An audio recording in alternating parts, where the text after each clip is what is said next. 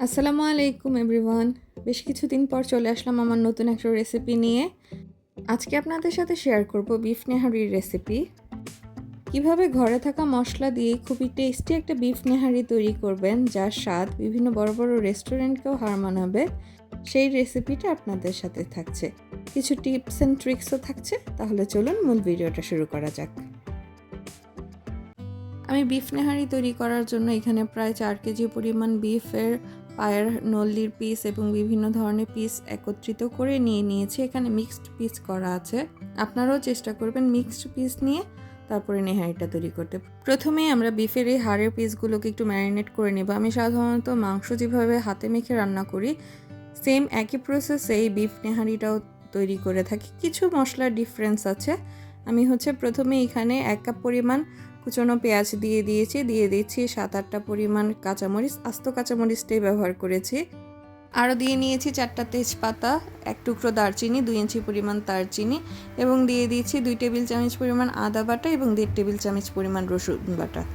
এখন এখানে কিছু গুঁড়ো মশলা অ্যাড করে দেব। প্রথমেই দিয়ে দিচ্ছি স্বাদ মতো লবণ, দিয়ে দেব 2 চা চামচ পরিমাণ হলুদ গুঁড়ো, 1.5 চা চামচ পরিমাণ লাল মরিচের গুঁড়ো, ঝালটা আপনাদের প্রেফারেন্স অনুযায়ী আপনারা দিয়ে নেবেন।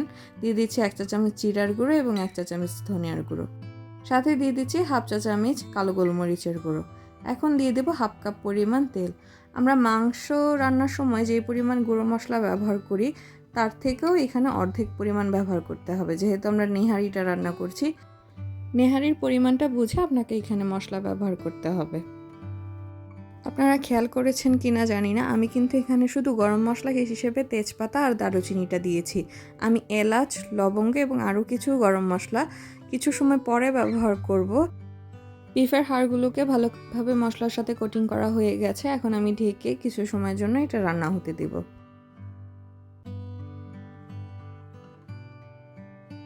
প্রায় 5 মিনিট পর এখন ঢাকাটা তুলে নিচ্ছি। এখন একটু ভালো করে উল্টে পাল্টে দেবো স্প্যাচুলাটার সাহায্যে। আমরা প্রথমে এই নেহারিগুলোকে কষিয়ে নিব। যত ভালো আপনি কষানো হবে নেহারির এই হাড়গুলো, ততই নেহারিটা টেস্টি হবে। সব ধরনের মাংসের প্রিপারেশনই আপনি যত ভালো করে কষিয়ে রান্না করবেন এবং সময় নিয়ে রান্না করবেন, সেই ডিশগুলো ততটাই টেস্টি হবে, সেটা নেহারির ক্ষেত্রে হোক বা বিফ রান্নাতেই হোক। এখানে আমরা প্রথমেই কিছু সময় ধরে একটু কষিয়ে নিতে হবে, তাই আবারও ঢেকে দিচ্ছি। আবারও চলে আসলাম কিছু সময় পর। এখন আবারও উল্টে পাল্টে দিব। সেম একই প্রসেসে আমরা যেভাবে বিফ রান্না করি, কিন্তু অনেকে করে কি যে প্রথমেই পানিতে এই হাড়গুলোকে সিদ্ধ করতে দেয়, কিন্তু ওই প্রসেসে রান্না করলে একটু আমার কাছে মনে হয় যে নেহারিটা পানসে লাগে। আমি প্রথমে এই হাড়গুলোকে ভালোভাবে কষিয়ে নেব, তারপরে এখানে গরম ফুটন্ত পানি অ্যাড করব। বেশ কিছু সময় আমি কষে নিয়েছি, প্রায় 10 থেকে 15 মিনিটের মতো। এখন আমি কিছু আস্ত গরম মশলা অ্যাড করব। প্রথমে দিয়ে দিচ্ছি একটা বড় এলাচ, দিয়ে দিচ্ছি 5টা ছোট এলাচ, 6-7টা লং, 2 টুকরো আমি জয়ত্রী এভাবে ছোট ছোট হাতে টুকরো করে অ্যাড করে দিচ্ছি। আরও দিয়ে দিচ্ছি 1 চিমটি পরিমাণ শাহি জিরে। এখন এই মশলাগুলোকে একটু ভালো করে মিক্সড করে নেব। মশলাগুলোকে ভালোভাবে হাড়গুলোর সাথে মিক্সড করে নেওয়া হয়ে গেছে। এখন আমি এখানে ফুটন্ত গরম পানি অ্যাড করে দেব। পানিটা এমন পরিমাণে অ্যাড করতে হবে যাতে এই হাড়গুলো সব কিছু আপনার পানির নিচে ডুবে থাকে। এখানে গরম পানিটা অ্যাড করার কারণ গরম পানিটা অ্যাড না করলে আপনার রান্নার প্রসেসিংটা স্লো হয়ে যাবে এবং এটা সিদ্ধ হতেও অনেকটা পরিমাণ সময় লেগে যাবে।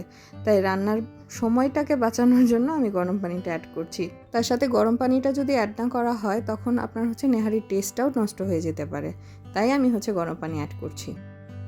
এখন ভালোভাবে একটু নেড়েচেড়ে নিচ্ছে। আরও বেশ কিছুটা পরিমাণ পানি এখানে প্রয়োজন আছে। আমি বাকি পানিটাও এখানে অ্যাড করে দেবো। এখন প্রয়োজন মতো পানি নেহারিতে অ্যাড করা হয়ে গেছে। এখন আমি ঢেকে রান্না করব, স্লো কুক করব। প্রথমে আমি একটা বলক আসা পর্যন্ত হাই ফ্লেমেই রান্না করে নিয়েছি। একটা বলক চলে এসেছে, একটু উল্টে পাল্টে দিয়ে এখন আমি স্লো কুক করব প্রায় 1 থেকে 1.5 ঘন্টা পর্যন্ত। নেহারির জন্য আপনাকে এই টাইমটা দিতেই হবে, কারণ আপনি যত নেহারিতে টাইম দিবেন রান্নাটাতে, তত আপনার নেহারিটা টেস্ট হবে। তাই এই রান্নাটাতে কোনো ফাঁকিবাজি কিছু করা যাবে না, আপনাকে টাইম দিয়েই নেহারিটা রান্না করতে হবে। নেহারিতে পানি দেওয়ার ক্ষেত্রে মানে নেহারির যে ঝোলটা আমরা ইউজ করেছি সেই ঝোলটা দেওয়ার ক্ষেত্রে আপনাদেরকে সবসময় মনে রাখতে হবে যে এই ঝোলটাতেই হচ্ছে আমার নেহারিটা সুন্দরভাবে সিদ্ধ হবে এবং আমি যেই পরিমাণ ঝোল রাখতে চাচ্ছি নেহারিটাতে সেই একুরেট ঝোলটা আমরা রাখতে পারবো। সেই পরিমাণটা বুঝে আপনাকে একবারে পানি দিয়ে দিতে হবে।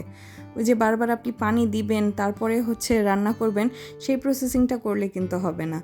আমি প্রায় 1.5 থেকে 2 ঘন্টা পরে ঢাকাটা তুলে নিয়েছিলাম, দেখতেই পাচ্ছেন অনেক ভালোভাবে সিদ্ধ হয়ে এসেছে। আমি আরও কিছু সময় স্লো কুক করব, সে কারণে আমি এখানে কিছু মশলা অ্যাড করে দিলাম। এখানে দিয়ে দিয়েছি আমি ভাজা জিরা এবং ধনিয়ার গুঁড়া 1 চা চামচ পরিমাণ। এখন আবারও আমি ঢেকে আরও 1 ঘন্টা এটা রান্না করে নেব। আবারও বেশ কিছুটা সময় পর আমি ঢাকাটা তুলে নিচ্ছি, দেখতেই পাচ্ছেন অনেক স্লো কুক করা হয়েছে নেহারিটা। এখন আমি যেহেতু ঝোলটা ঘন হয়ে এসেছে, এই নেহারিটাতে ফিনিশিং টাচ হিসেবে আমার স্পেশাল গরম মশলাটা দিয়ে দিলাম। এই স্পেশাল গরম মশলার ভিডিওটা অলরেডি আমার চ্যানেলে দেওয়া আছে, আপনারা চাইলে চেক আউট করতে পারেন। ভিডিওর লিঙ্কটা আমি ডেসক্রিপশনে দিয়ে দিব। ভালো করে গরম মশলাটাকে একটু মিক্স করে দিচ্ছি। আজকের নেহারিটা তৈরি করতে আমার টোটাল প্রায় 3 থেকে 3.5 ঘন্টা সময় লেগেছে। আমি এক্স্যাক্ট সময়টা বলতে পারছি না, কারণ আমি ওইভাবে ঘড়ি ধরে রান্না করিনি। আপনারা দেখে বুঝে যাবেন যে এটা সিদ্ধ হয়েছে কিনা। ঝোলটাও অনেকটাই কষে এসেছে। আমি আর কিছু সময়ের জন্য ঢাকা দিয়ে রেখে দেব। ঢাকা দিয়ে রাখার কারণ হচ্ছে যাতে যে তেলটা নেহারির, সে তেলটা যাতে উপরে উঠে আসতে পারে। নেহারিটা রান্না কমপ্লিট হয়ে গেছে, দেখতেই পাচ্ছেন তেলটাও উপরে উঠে এসেছে। আমি এখন নেহারিটাকে সার্ভ করে নেব। আমি আজকে নেহারির যে রেসিপিটা আপনাদের সাথে শেয়ার করেছি, এই রেসিপিটা সম্পূর্ণ আমার আম্মুর রেসিপি। আম্মু সবসময় ঈদের সময়, কোরবানি ঈদে নেহারিটা যেভাবে তৈরি করে থাকে সেই একই প্রসেসে আমি আপনাদের সাথে আজকে শেয়ার করেছি। আজকের রেসিপিটা যদি আপনাদের ভালো লাগে, আমি আশা করব আপনারা বাসায় একবার হলেও ট্রাই করবেন এবং আমাকে কমেন্টের মাধ্যমে জানাবেন যে আপনাদের রেসিপিটা কেমন লাগলো। রেসিপিটা যদি ভালো লাগে অবশ্যই আপনার ফ্রেন্ডস অ্যান্ড ফ্যামিলির সাথে শেয়ার করবেন। আর এরকম আরও নতুন নতুন রেসিপির জন্য আমার চ্যানেলের সাথেই থাকবেন এবং চ্যানেলটা সাবস্ক্রাইব করে রাখবেন আরও নতুন রেসিপির জন্য। নেহারিটা আমি সার্ভ করে নিয়েছি। এখন নেহারিটাকে গার্নিশ করে নেব কিছুটা পরিমাণ কাঁচামরিচ কুচি এবং আদা কুচি দিয়ে। আপনারা আপনাদের পছন্দ অনুযায়ী এটাকে গার্নিশ করে নিতে পারেন। এখন আমি নেহারিটা এনজয় করব গরম গরম পরোটা দিয়ে। আপনারা চাইলে চালের আটা রুটি দিয়েও এনজয় করতে পারেন। তাহলে আজকের মতো এই পর্যন্তই। আবারও চলে আসবো নতুন কোনো রেসিপি নিয়ে। ততক্ষণ আমাদের পাশেই থাকুন এবং আমাদের চ্যানেলটাকে সাবস্ক্রাইব করে রাখুন। তাহলে আজকের মতো বিদায় নিচ্ছি। আল্লাহ হাফেজ।